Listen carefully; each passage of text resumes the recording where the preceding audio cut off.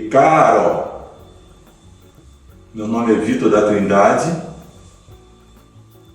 sou herdeiro da família Solano Trindade.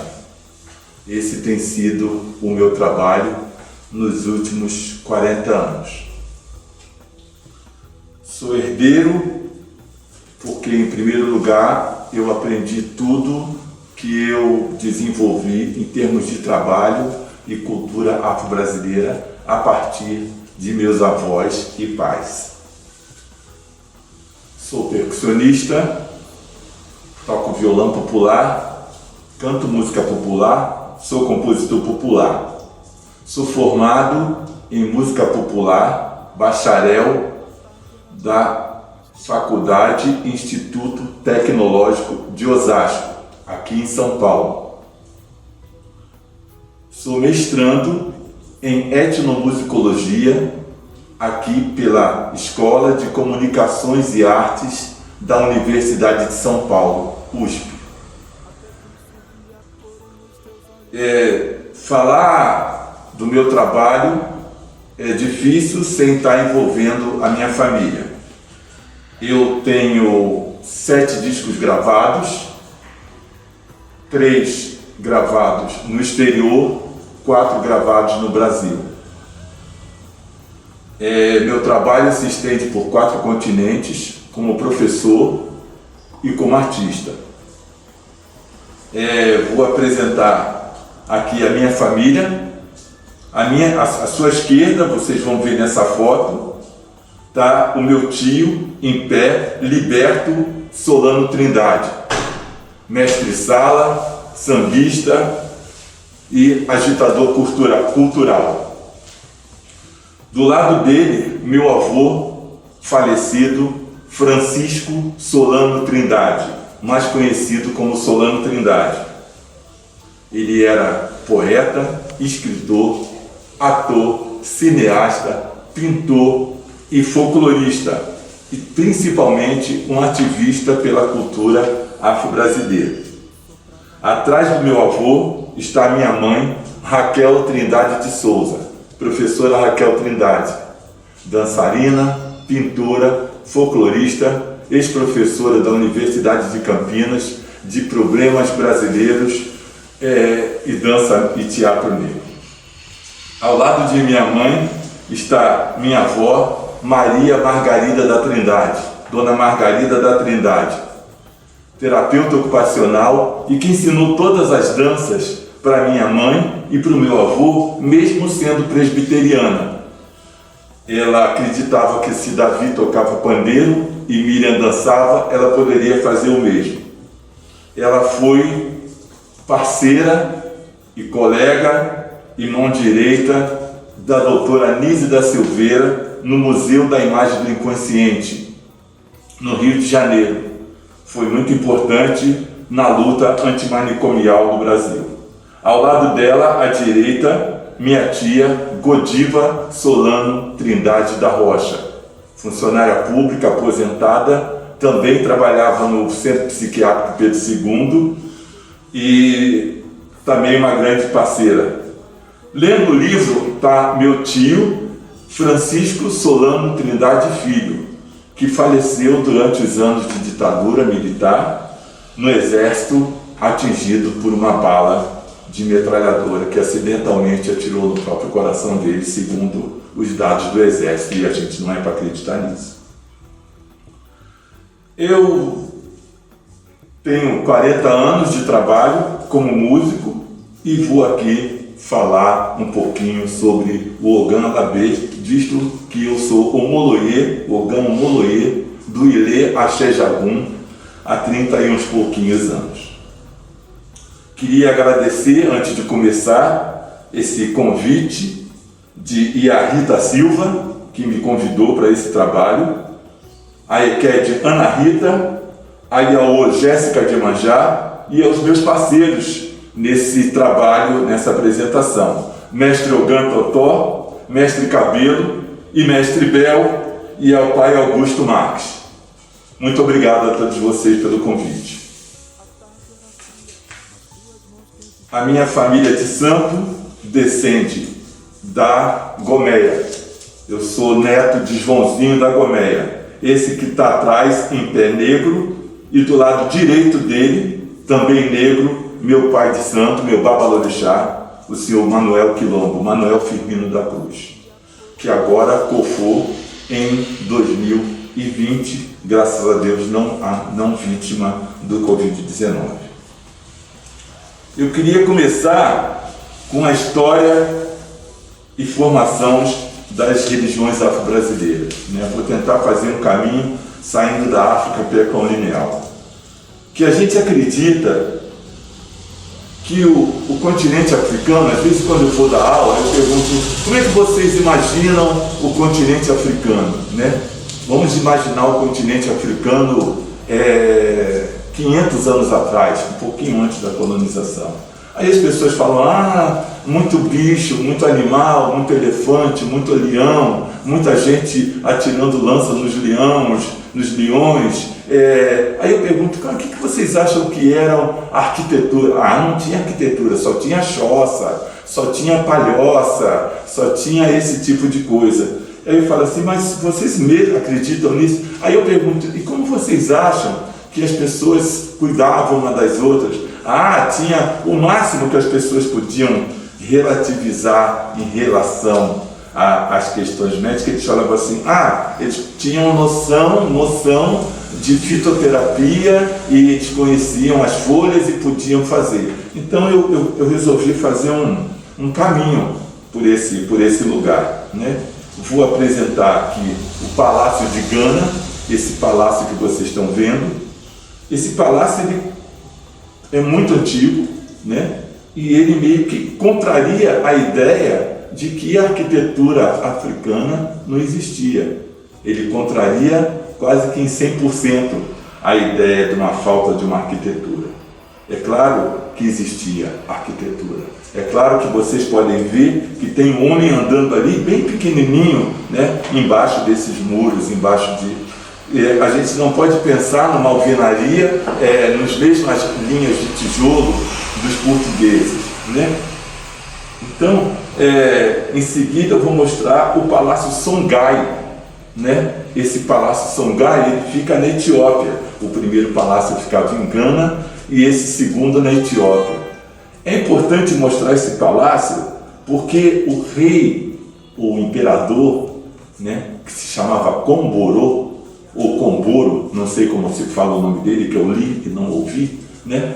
Esse rei, ele era tão rico, mas tão rico, que ele propunha que as pessoas saíssem de suas casas, saíssem de seus países, saíssem de seus problemas e viessem morar em Djenne, que é a cidade onde fica esse castelo. E aí, quando as pessoas chegassem lá, ele dizia que tinha emprego para todo mundo, que tinha estrutura para todo mundo viver. Olha só que afirmação bonita, né? Que coisa linda de se dizer que nosso continente, dos nossos antepassados, tinha alguém que tinha estrutura para receber pessoas de outros países, receber pessoas de outras etnias além da sua. Então, esse palácio é muito importante. Também é muito importante falar que nós tínhamos condições de cuidar de nossas pessoas, né? E para isso, eu apresento sempre essa foto de uma operação de cesariana do povo Banioro, que fica na atual Uganda, né? Esse povo Banioro, eles operavam as pessoas como se opera nos dias de hoje. E essa foto, isso é um desenho enviado por um médico chamado Robert W. Felkin para a Universidade de Edimburgo, na Inglaterra, porque ele tirou essa foto. E eu sempre apresento essa foto e sempre pergunto às pessoas, gente, o que vocês acham de estranho nessa foto, né? Aí eu digo, isso aqui é uma operação de cesariana. Aí as pessoas falam assim, aquela pessoa que está segurando o pé é porque não existia anestesia, então ele está segurando o pé para a pessoa não se debater. É muito estranho, estão todos pelados, não tinha roupa naquele tempo, as pessoas não se vestiam, a casa deles não funcionava, ninguém sabia, não tinha pano, ninguém sabia fazer tecidos, etc., né? Então essas perguntas, elas se baseiam no crédito da ignorância do africano. Então as pessoas acreditam ainda hoje que o africano era tão ignorante que não tinha condição de fazer sua própria roupa. Aí eu faço uma outra pergunta para as pessoas.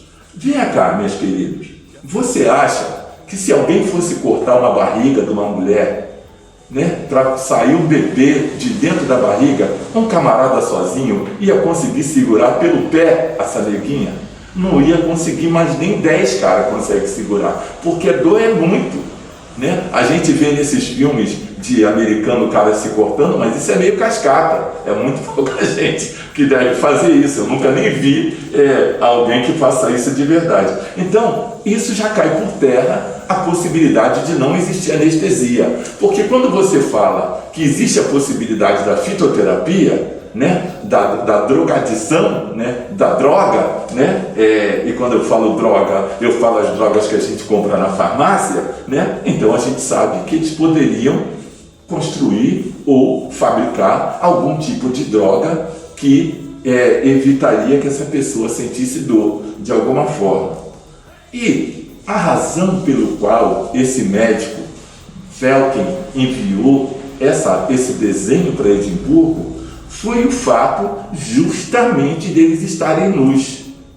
Ora, por quê? Porque antigamente, nos lugares europeus, ainda não existia o pensamento muito organizado em relação à asepsia. Ou as pessoas não conheciam bem a ideia de asepsia. Então, a mortalidade era muito grande por infecções causadas pelo pós-operatório. E ao enviar isso, ele mandou informações de uma nova possibilidade, ou seja, não se pode esquecer das questões de asepsia, não se pode esquecer de você chegar e dar uma geral de limpeza, trocar roupa, usar uma roupa lavadinha, e a forma que eles usavam era: todo mundo toma um banho, dá um banho no paciente e vai todo mundo nu fazer o negócio. Facinho, né, gente? Facinho, fica facinho. E aí o camarada não vai ter problemas de infecção. Isso não quer dizer que os africanos contemporâneos dessa foto eram infalíveis, mas as possibilidades de falhar eram bem menores. A outra coisa que é muito importante se falar são as questões que se referem à ignorância de se acreditar que os africanos eram uma cultura somente ágrafa, uma cultura que diz que as pessoas não sabiam ler e escrever.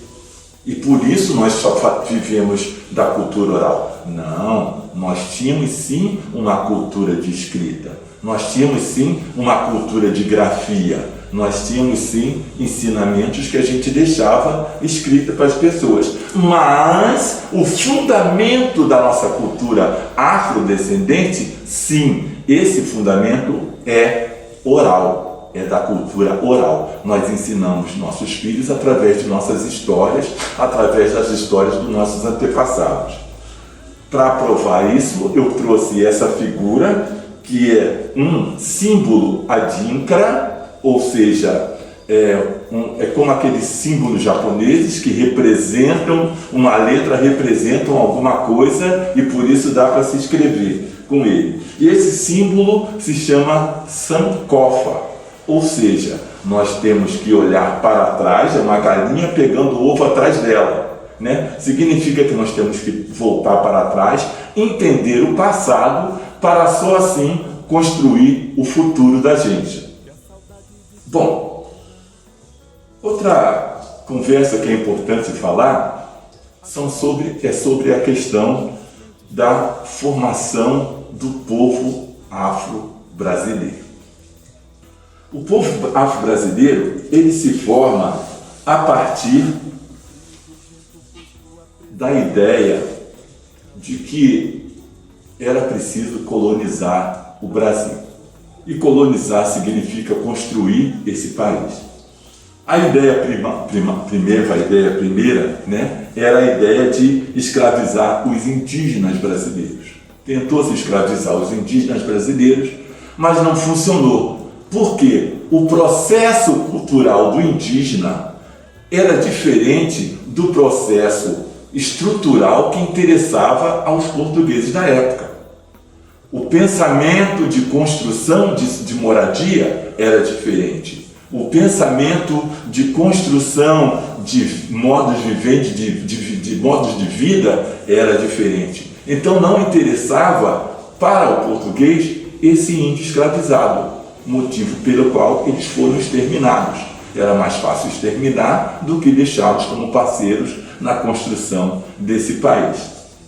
Então, para isso, foi preciso negociar com os africanos que já faziam negócios com os portugueses, né? Não começou a ideia de escravidão logo depois da descoberta do Brasil, não. Isso é bem antes, já se tinha africanos na Europa, indo para cima e para baixo. Uma dessas provas é sobre o saxofonista, ou instrumento que se parecia com saxofone, que tocava no casamento de Ana Bolena com Henrique VIII, e isso é velho, né? Vocês pesquisem aí na internet, vocês são bons disso. Ele se chamava John... Oh meu Deus, acabou de esquecer o nome do cara. Depois eu vou lembrar o nome dele, senão eu paro aqui a gravação e lá no final eu escrevo o nome dele para vocês. Era John qualquer coisa, né? E esse John, existem provas de que ele recebia remuneração por tocar, por ser músico do rei Henrique VIII e da corte de Ana Bolena, né? Então, esses escravos, ou os escravizados, né? Esses escravizados, só passou a ser a ideia de escravizado depois que chegaram aqui no Brasil. Bom, como é que se escravizava as pessoas? A ideia era sair de Portugal, incentivar as guerras que tinham no continente africano e, a partir desse incentivo, ficar com os prisioneiros que eles conseguiam de cada guerra. Porque já existia sim um processo de escravização no continente africano. Já existia. Só que não era o mesmo processo que existia nos países colonizados, né? Dentro do processo do continente africano de escravização, acontecia o seguinte: o camarada podia estar devendo para o parceiro dele, para o rei, para o primo, e ele falava assim: olha, eu não posso te pagar, então eu vou trabalhar por 7 anos para poder pagar essa situação. Aí o cara falava: tá bom, daqui a 7 anos você está liberado, 5 anos, 2 anos, ou no tempo, da forma de que o tempo era contado lá para eles. O outro processo era, o camarada não tinha nada na casa dele, não tinha estrutura, ele se estruturava trabalhando para essa família, trabalhando sem ganhar dinheiro, mas em troca de alimentação, em troca de moradia. A vantagem é que essa pessoa podia ser parte da família, ao contrário do escravizado colonizado, porque esse escravizado das colônias, ele não tinha direito de pertencer à família, porque ele não era considerado um ser humano, e sim um objeto, como a gente já sabe. Bom, estou quase chegando lá onde a gente quer chegar. E essas pessoas, nessa briga, perdiam essa luta, né, essa guerra, e vinha acorrentada até a costa, né, até a beira-mar, e eram colocadas, amarradas no navio. Essas pessoas que atravessavam o mar, né, que atravessavam o oceano, eles demoravam entre 20 dias e, 90 dias, 180 dias, dependendo dos ventos. Era muito sofrimento, porque era superlotado, né? O barco era superlotado, e para isso era preciso era superlotado porque era preciso encher esse barco, era preciso ter bastante gente dentro desse barco, porque fazia-se a conta que 50% da mercadoria, ou seja, o escravizado, seria perdido no mar. Então eles tinham que atulhar de gente, porque a metade ia morrer, e quando chegasse aqui, o camarada que fizesse o tráfico ainda tivesse lucro. O número de escravos ou escravizados que chegaram nas Américas é de 20 milhões de pessoas. Isso é o que está escrito sobre os que chegaram. Quando a gente pensa que metade dessas pessoas faleceu na travessia, o número dobra. Então nós temos 40 milhões de pessoas, que é quase 6 vezes o holocausto do mundo judeu. É muito importante a gente saber disso. Bom, seguindo a ideia de travessia, estava todo mundo lá no barco, né? E esse barco, ele não era composto somente de um grupo de africanos, e sim de vários grupos, várias línguas, várias formas de se falar, várias formas de se pensar, né? Como a gente sabe, nós negros não somos cópia uma do outro, uma cópia exata, nós somos pessoas que se diferenciam bastante. Inclusive está saindo muita briga agora no BBB, né, por causa disso. Não veio um assunto, mas é importante.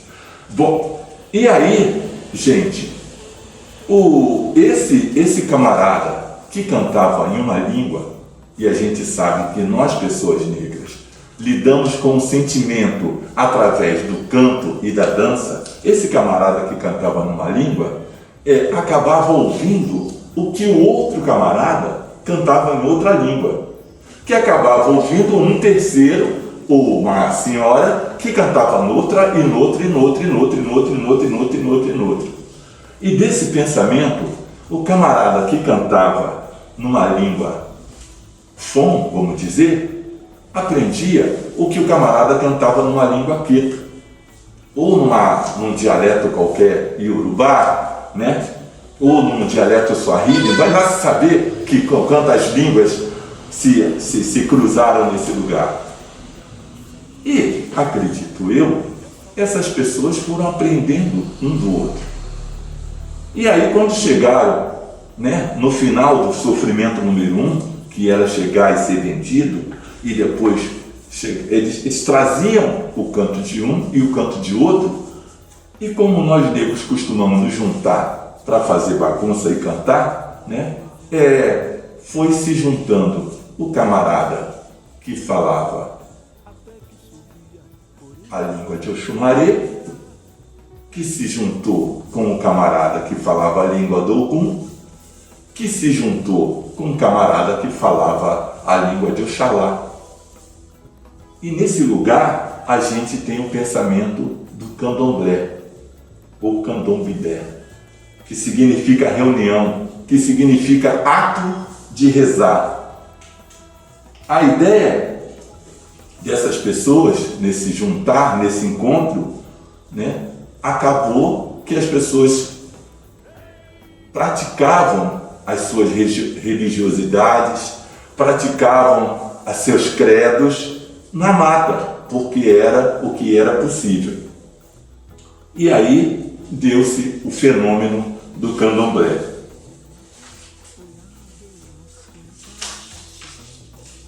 Só em 1800, deixa eu ver se eu tenho aqui, se eu anotei ou se eu não anotei, mas se não anotei eu vou falar depois.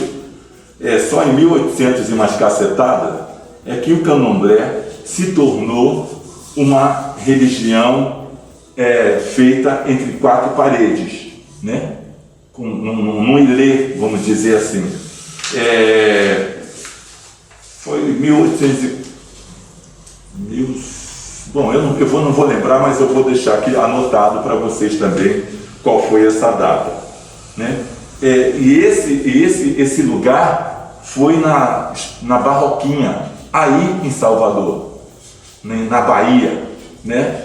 E foi 3 mulheres que eram da família das senhoras da Irmandade da Boa Morte que decidiram criar um candomblé, criar esse lugar onde o culto africano seria revivido, seria reencontrado.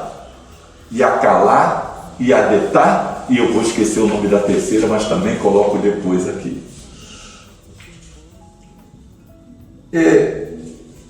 O candomblé, ele é o nosso ponto de partida, né?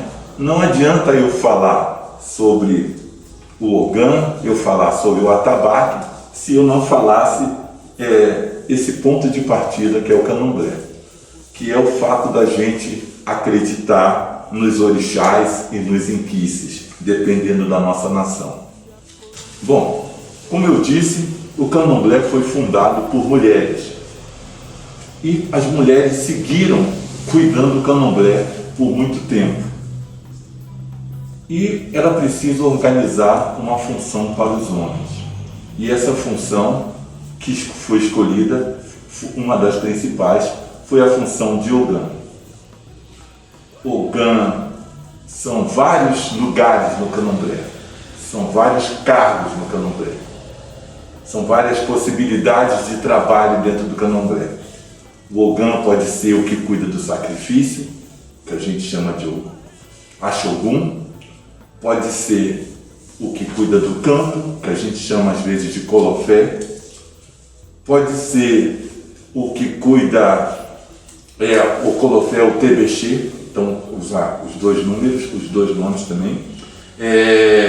Pode ser o que toca, que é chamado de Alabê. O meu cargo, Ogã ou Moloye, significa que eu sou responsável pelos outros cargos da minha casa. Outros nomes pode ser o Ganilu, aquele que toca. O Alabê, segundo o Ebon Sissi, é a pessoa que toca o Agbê, aquele instrumento que é conhecido também como Xequerê. Os Ogãs são responsáveis por várias funções do ritual. É muito importante eu avisar que para nós da comunidade de Axé, ele não é um músico. Isso é muito importante a gente saber. Ogã é Ogã e músico é músico. O Ogã, ele pode decidir ser um músico, se ele quiser, mas ele não é um músico em primeiro lugar. Em primeiro lugar, ele é um sacerdote do mundo dos orixás. Ele não é só o senhor do tambor, ele com certeza tem essa como uma das suas principais funções.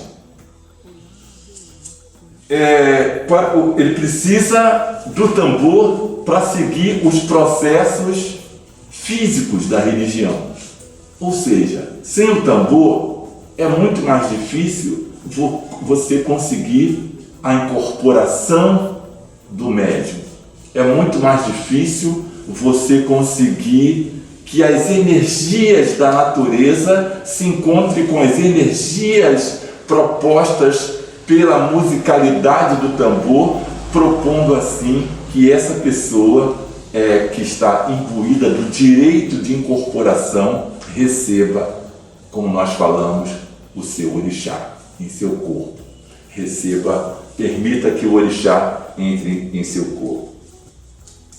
Oficialmente e religiosamente falando, Ogã é um cargo de sacerdócio, como eu já falei.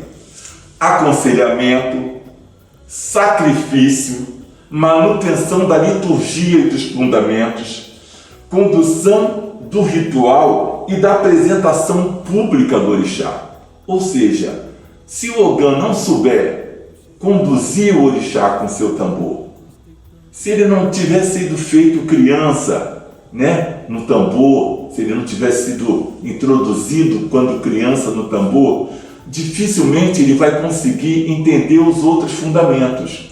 Então, se você no lugar da cantiga toca uma coisa que não é proposta ao orixá, não fica bem para o seu Ogã. Então, esse Ogã ele não improvisa sobre as propostas do tambor, principalmente esse Ogã Alabê, que cuida do tambor rum, que a gente já vai falar sobre ele, que é um dos 3 tambores que a gente tem dentro das casas em Angola, em São Paulo e em todo o Brasil.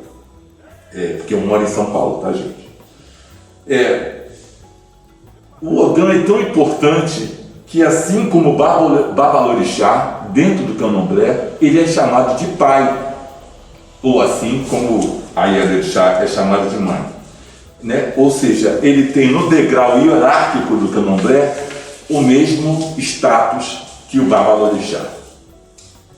Não é qualquer pessoa que pode receber o cargo de ogã.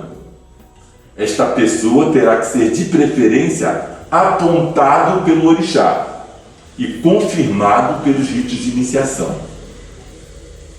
Apontado significa que o orixá escolheu você para ser o ogã da casa dele. Que num momento qualquer da sua casa, o orixá decide que você vai cuidar da cabeça dele, ou melhor, vai cuidar da casa dele, vai cuidar do axé dele, né? Você vai ser a pessoa responsável por esse lugar chamado Ilê. Assim, esse ogã vai ser de Omulu, ou de Oxalá, ou de Oxóssi, mesmo que o orixá de cabeça desse ogã seja outro, porque ele é o ogã daquele orixá que escolheu essa pessoa para cuidar dele. Eu mesmo tenho como orixá de cabeça o Xalufã, mas sou ogã de Omulu, que é o orixá que rege a minha casa. A minha casa é o Ilê Axé Jagum. Mas também ele pode ser escolhido no jogo de búzios, né? Dependendo do lugar, né, que ele vai. Mas não é tão comum, né? E aí ele também vai ser ogã do orixá da casa. Soma-se mais outra função a de ogã, pois ele precisa estar atento e alerta a todos os movimentos que acontecem durante as festas e no ritual, portando-se como um soldado em prontidão, disposto para resolver qualquer situação que possa atrapalhar o andamento de uma festa, o andamento de uma coisa. Então o ogã toma conta até de carro, de um carro que está estacionado fora do lugar, o ogã toma conta de carregar o bujão de gás, o ogã toma conta de limpar a casa, o ogã toma conta de pintar o ilê antes de coisa, decorar o ilê, ir na mata pegar folha, cortar bicho. Ou seja, quem pensa que ogã é só tocar tambor, se ferrou. Ogã basta pra caramba dentro do candomblé. Também ele tem que saber se está todo mundo bem sentadinho, se está todo mundo bonito na casa, se todo mundo comeu do AG1, né, oferecido, né? E se as pessoas estão seguindo as etiquetas, as regras vigentes de cada casa, né? Então a ogã ele tem que se cuidar para saber se está todo mundo seguindo as etiquetas, seguindo as regras que cada casa tem para seu próprio ritual.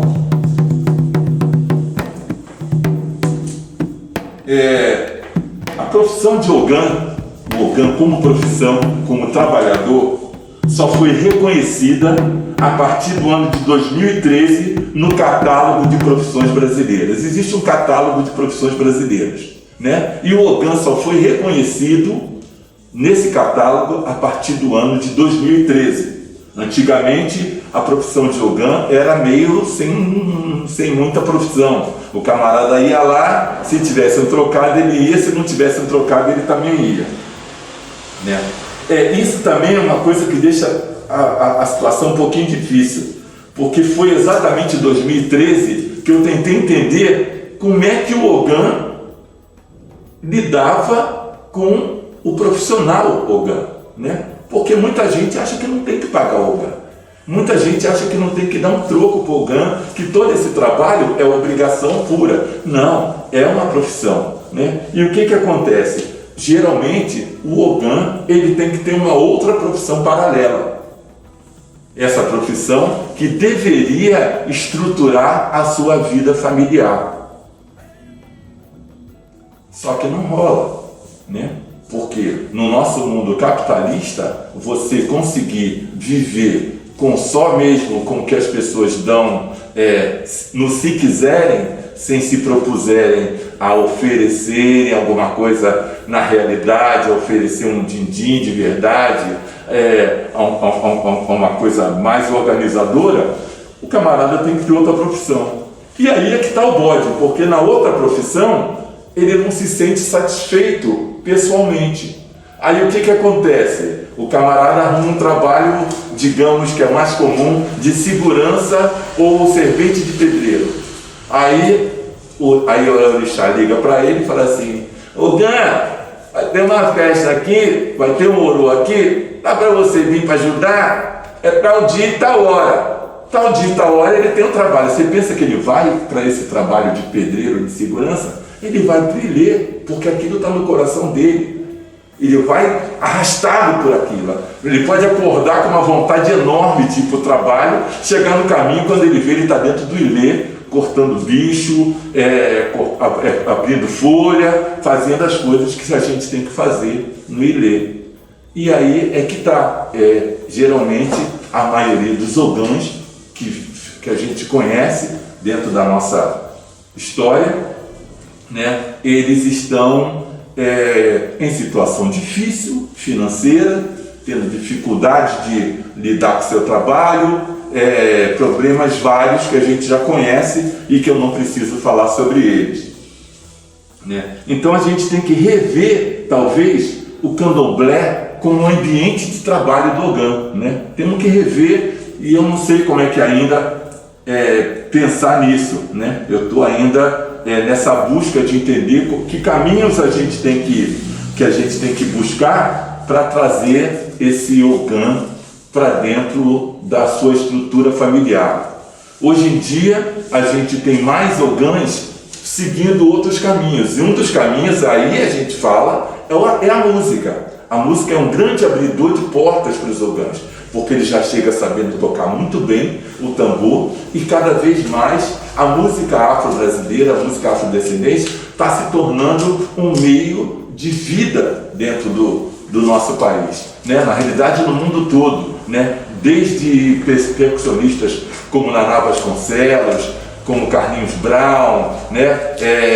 Ou outros como Gabi Guedes, eu mesmo, Dinho Nascimento, Dinho Gonçalves, várias pessoas que trabalham com a música e de alguma forma saíram de dentro do candomblé. Então esse lugar da música para o ogã, ele se tornou uma grande possibilidade. Algumas pessoas mais velhas reclamam, né, que agora as pessoas estão levando a musicalidade para o candomblé e muita gente chega improvisando demais, né, fazendo muita nota, mas isso a gente vai achar um dia um consenso de organizar isso. Bom, é importante saber também que a música dos ogãs, né, ela influencia em quase 100% da musicalidade brasileira. E aí não é afro-brasileira, não, é brasileira. Porque tanto a musicalidade, ela envolve a música popular, através do samba, do maracatu, do coco, do jongo, do batuque, do candombe, do samba rural, do afoxé, quase tudo tem a influência da música dos orixás. E também a gente vai encontrar na MPB, né? Nessa MPB de Gilberto Gil, nessa MPB de Caetano Veloso, nessa MPB de João Gilberto, nessa MPB de Lenine, nessa MPB da música do Mangue Beat, nessa MPB do funk carioca, a gente vai encontrar em tudo os ritmos do candomblé. E, incrível que pareça, também na música clássica ou música erudita, né, brasileira, que erudita é meio cascata, porque erudito significa não rude, segundo meu próprio professor, e nós todos não somos rude, eu não conheço ninguém que seja rude aqui, né? Então, essa música erudita, ela também tem influência do candomblé. Primeiro, você pela busca de Villa-Lobos, pela busca de Guarnieri sobre a música popular brasileira, e claro que vai ter influência da música negra, mas também porque os primeiros mestres de música, como Padre José Maurício, como Lobo de Mesquita, que foram dos primeiros escolas de música do Brasil, das escolas de Minas Gerais, né? Padre José Maurício fez até o Requiem, né? A música da morte, do falecimento de Dona Maria I, que era mãe de Dom João VI. Então, e ambos eram pessoas negras. Então, a música negra erudita também tem influência do negro brasileiro, porque nós que fomos os primeiros mestres de música, mesmo porque nessa época, né, os setecentistas, né, o pessoal dos 800, 700, não permitia que pessoas brancas fizessem parte das orquestras, tinha que ser pessoas negras. Também dando continuidade aqui, eu queria falar do processo de remuneração do Ogan, essa dificuldade. E muitas vezes o Ogan, ele acaba fazendo o seu próprio ilê, né? Ele acaba criando, aqui conheço um caso de um Ogan aqui de São Paulo, né? Da realidade, ele é um Ogan da Casa de Oxumaré, lá em Salvador, aí em Salvador, mas ele vive aqui em São Paulo, né? Ele foi feito Ogan e ele acabou se tornando babalaô. Ele joga Ifá, né? Ele joga o Opelé e cuida para que ele possa se sustentar através do cuidado de seus clientes, né? Como é comum para os babalorixás, os babalaôs, as ialorixás e por aí vai.